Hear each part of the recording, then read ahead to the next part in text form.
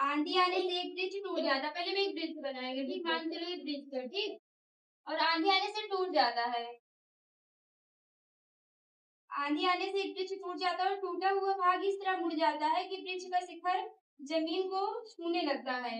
मतलब मान चलो इतना बड़ा पेड़ है, इतना बड़ा पेड़ था, ठीक, वो टूट जाता है, आधे मतलब आधे भाग से टूट जाता है और टूट मान चलो यहाँ से टूट गया और टूट के नीचे तक ऐसे गिर जाता है। कभी कभी देखो ना पेड़ टूटता है तो ऐसे गिरता नहीं जमीन पे, ऐसे मान चलो लंबा पेड़ था और आधे भाग टूट के जमीन के गिर नहीं जाता है, उसकी तरह कह रहे हैं, ठीक। और इसकी ब्रिज का शिखर जमीन को छूने लगता है। ब्रिज टूट गया तो जो इसका शिखर ये टूटा हुआ भाग है, ये अब क्या है, ये टूटा हुआ भाग है, टूट गया है, इसको हम अगर से लिखते हैं बाकी टूट के नीचे गिर चुका है, ठीक। और ये ब्रिज का शिखर जमीन को छूने लगता है और इसके साथ 3 अंश का कोण बनाता है। कितने अंश का कोण बनाएगा? 3 अंश का कोण बनाएगा, ठीक। जमीन के साथ बोल रहे हैं ना, 3 अंश का कोण बनाता है।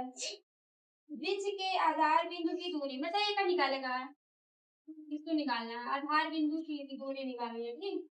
जहां वृक्ष का शिखर जमीन को छूता है, वृक्ष का शिखर जमीन को छूता है, वो 8 मीटर है। कितना है? 8 मीटर है। वृक्ष की ऊंचाई निकालनी है, क्या निकालना है? समझ रहे हो? वृक्ष की ऊंचाई निकालनी है, बस वृक्ष की ऊंचाई निकालनी है। अब इसका कुछ नाम लिख दो। ए, मान लो ए है, ये बी है, ये क्या है? सी है, ठीक। इसके नाम दिया है। अब इसे देखो, पता क्या निकाला तुमको? वृक्ष की ऊंचाई। वृक्ष कितना बड़ा था? ये पूरा वृक्ष है, यहाँ से लेकर ए से लेकर टी तक क्या है? वृक्ष है। लेकिन अब ये तो टूट के यहाँ गिर चुका है ना, तो सबसे पहले हम क्या करेंगे? ये देखो, इतना भाग तो हम निकाल ही लेंगे, ठीक, लेकिन इतना भाग कहाँ से आएगा? देखो यही भाग तो है जो टूट के नीचे गिर चुका है, मतलब इतने की लंबाई निकाल लेंगे, वही यहाँ लिख देंगे बाद में, ठीक। देखो वही भाग तो है जो यहाँ गिरा है, तो यहाँ इसका मान, ये मान चाहिए हमको और ये मान चाहिए, और ये मान कहाँ से आएगा? यहाँ से आएगा। कहाँ से आएगा? देखो अपने पास मतलब यहाँ पे क्या क्या है? एक तो ये आधार है, दूसरा क्या है? मतलब ये लंब निकालना है और आधार हमारे पास है, तो लंब बटे आधार कितने होता है? हाँ, tan थीटा में कितने होता है? tan थीटा बराबर क्या होता है? लंब बटे आधार। लंब क्या है हमारे पास? लंब कुछ नहीं है, उसका नाम लिख देंगे बीडी। क्या है? बीडी। आधार क्या है? डीसी। क्या है? डीसी। उसका मान कितना है? 8। क्या लिखेंगे? देखो, tan थीटा बराबर बीडी बटे 8 मीटर। अब देखो tan थीटा मान कितना है हमारे पास? 30। कितना है? और यहाँ बीडी बटे 8। tan थीटा का मान कितना होता है? 1 बटे रूट बराबर, यहाँ क्या लिखा है? बीडी बटे 8 है। अब क्या कराएंगे भैया? यहाँ पे 3 गुणा कराएंगे, इसका गुणा इसमें करा लो, इसका गुणा इसमें, तो 8 कम 8 अरे किसका ये √3 बीडी डीबीडी बीडी 8 और एक गुणा में √3 अंदर आए तो बराबर बीडी, ठीक। अब देखा √3 कभी नीचे ना रहना चाहिए, ठीक, मतलब √3 रहना ही नहीं चाहिए नीचे। अगर कोई रूट वाली संख्या नीचे है तो उसका प्रमेयीकरण कराएंगे। क्या कराएंगे? प्रमेयीकरण कराएंगे। √3 से ऊपर नीचे क्या करा देंगे? गुणा कराएंगे, ठीक। ठीक हो गया? फिर 8 √3 ये क्या हो जाएगा? √3 से गुणा √3 को कितना है? 3। फिर यहाँ पे बीडी बीडी के हमारा कितना आ गया? 8 √3 बटे 3 बराबर बीडी हमारा किसका है? बीडी का। अब हमको किसका मान चाहिए बताओ? किसका मान चाहिए? पूरे वृत्त की लंबाई निकालने के लिए कितना मान हमारे पास आ गया? अभी कितना चाहिए?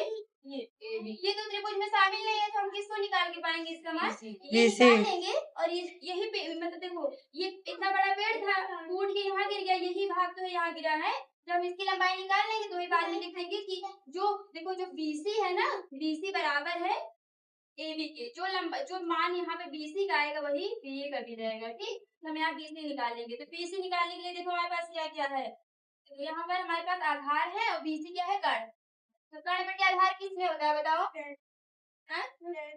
कर्ण बटे आधार किसमें होता है? आधार बटे कर्ण या फिर कर्ण में होता है ना? किसमें होता है?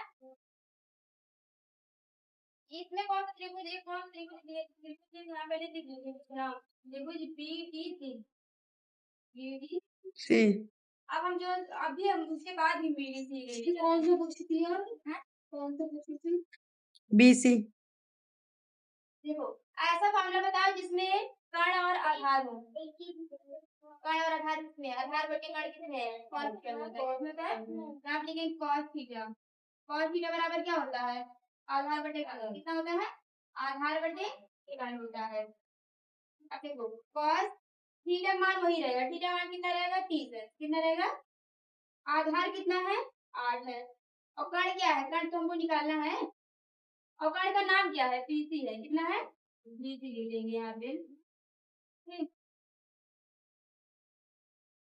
अब यहाँ देखो cos 30 अंश का मान कितना होता है, cos 30 अंश का मान कितना होता है, √3 बटे 2 बराबर यहाँ पे हो जाएगा 8 बटे कितना हो जाएगा BC। अब क्या कराएंगे, फिर गुणा, तो BC गुणे √3 बराबर 8 में 16, BC बराबर कितना हो जाएगा 16 बटे √3। अब इसका प्रविकरण करा दो, ठीक, तो √3 से ऊपर नीचे क्या करा लेंगे गुणा, BC बराबर क्या हो जाएगा 16√3। अब क्योंकि हमको पता है कि BC बराबर है किसके, BA के, BC बराबर है किसके, BA के BA के, तो यानी BA की जो लंबाई रहेगी वो भी कितनी हो जाएगी 16√3 बटे 3। हमको क्या चाहिए, वृत्त की लंबाई, क्या चाहिए, वृक्ष की लंबाई वृत्त की लंबाई वृत्त की लंबाई, वृत्त की लंबाई चाहिए ना, तो वृत्त की लंबाई है क्या, वृत्त की लंबाई है AD, क्या है AD AD। 8 अंडर रूट अब देखो AD की जगह क्या लिख सकते हैं बताओ, AD की जगह क्या लिख सकते हैं DB plus BA, DB plus BA, DB plus BA।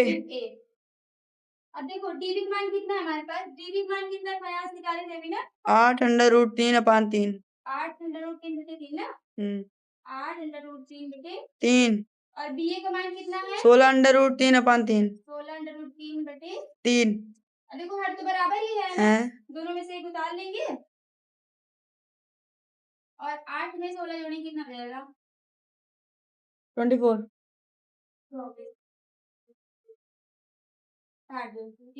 24, यानी कि AD की लंबाई कितनी आ जाएगी, AD बराबर 8√3 मीटर। आंसर आएगा।